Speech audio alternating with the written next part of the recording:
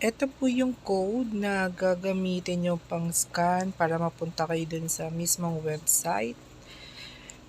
Or pwede din nyo siyang i-type manually kung wala kayong pang scan katulad ko. So, kailangan kong manually i-type yung website ng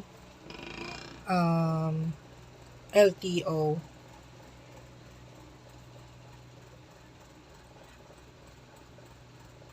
So, wait lang. Nagtatype pa rin.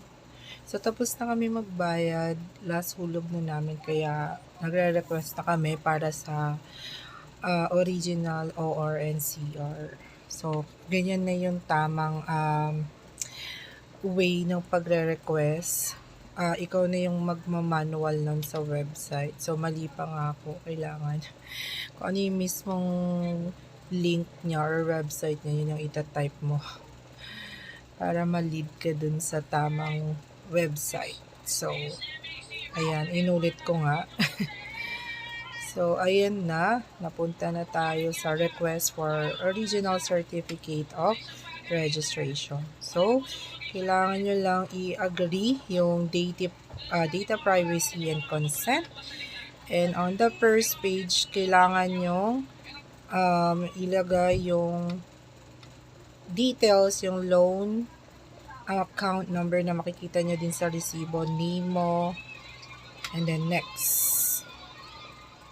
Okay, so after then, lagay mo yung mobile number mo, contact number mo, at email address. Next ulit, after nyan, hindi ko na pinapakita yung pagta-type ko nyan guys kasi syempre personal info ko yan.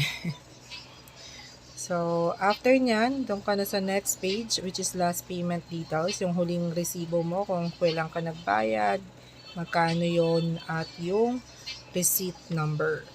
So, kailangan mo lang siyang ilagay. So, ayan, pwede ko naman na ipakita sa inyo yan kasi hindi nyo naman na maaagaw yun sa akin. Charot.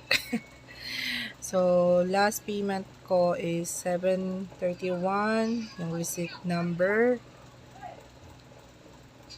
So, make sure na tama yung receipt number guys ha. Double check yung maigi. So, nagkamali pa nga ang ante. So, tuloy-tuloy lang.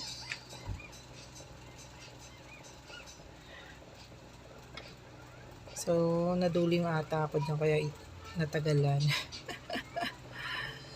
Ayan. So, tapos yung amount 6932. May penalty na yan guys kasi late na ako. Dapat July 8 ang tapos.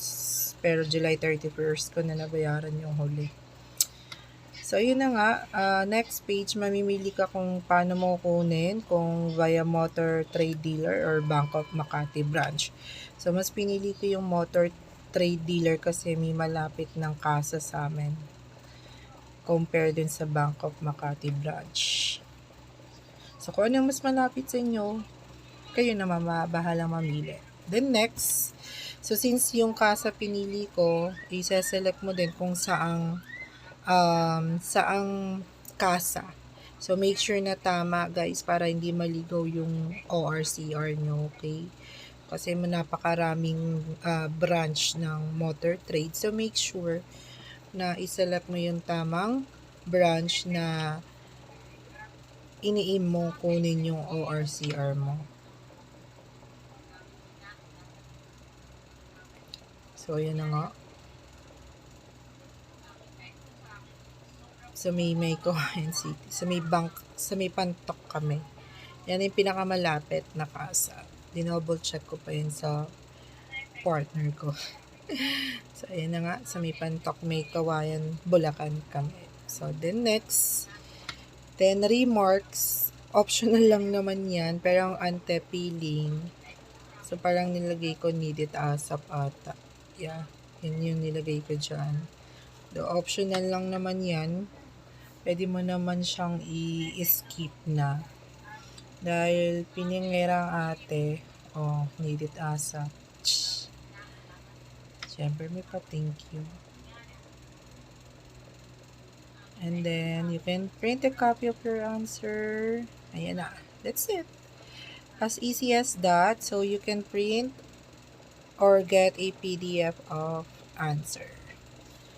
So, ayan yung kung gusto mo ipaprint. And then,